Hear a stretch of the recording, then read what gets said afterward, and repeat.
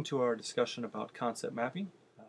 I'm your host, Brian Tucker, and Micah Jelinek from the library here at Moody Theological Seminary, and we're going to be discussing concept mapping and help you to be able to be more effective with this tool, not just for this assignment, but also in your continued research.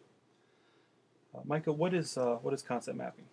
Concept mapping is essentially bringing together concepts on your subject into a organized and sometimes overlapping chart.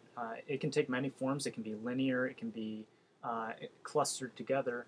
But the main thing is that you're bringing together key concepts and key thinkers and key authors into your concept map to help inform your research as you move forward. It's basically to help you sort out your research and organize it so that way you know how to move forward. Okay.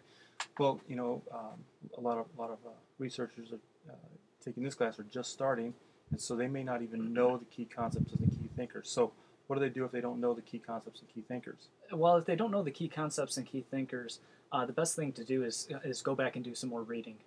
Go back to some of the basic articles, introductory articles, to really introduce them to the key thinkers. So whether that means going back to a journal article, an essay, or even a reference work. Okay.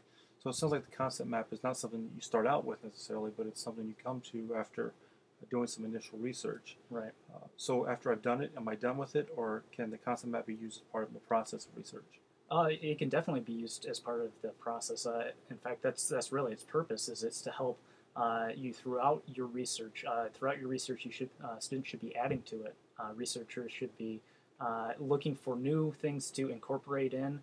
So sometimes you'll be throwing things out of your concept map that no longer relate to what you're actually looking at. Well, my experience with this class is that oftentimes this is the point where it starts to get difficult. They had some introductory assignments to do, and this kind of is that first crossroad of where research gets really difficult. And so there's a kind of a new level of anxiety that sets in. And just talk a little bit about information anxiety and how that can either help or hinder the process going forward for concept mapping. Yeah, I mean, information anxiety is just a natural part of research. Whether you're beginning research and this is your first research class, or you're a seasoned pro, there's always going to be that tension where you're beginning a task of research and you don't know the concepts, you don't know where to go next, and so there's this stage of confusion.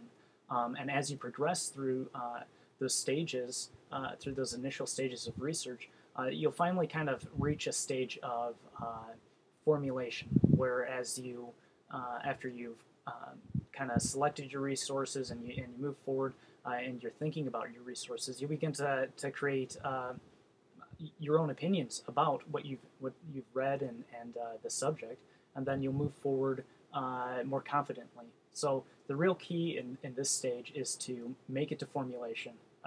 Make it through the initial stages of research, push forward, keep your mind open, and don't shut down just because you feel like there's too much information. A lot of students are looking, you'll see a lot of redundant information, and what you want to keep your eyes open for is unique information. Not too much, but enough that it guides your study forward. Okay. Well, great. So the concept map is very important for you. It'll help you not just at the beginning, but also as you continue through the process. So this assignment, you're turning in a concept map.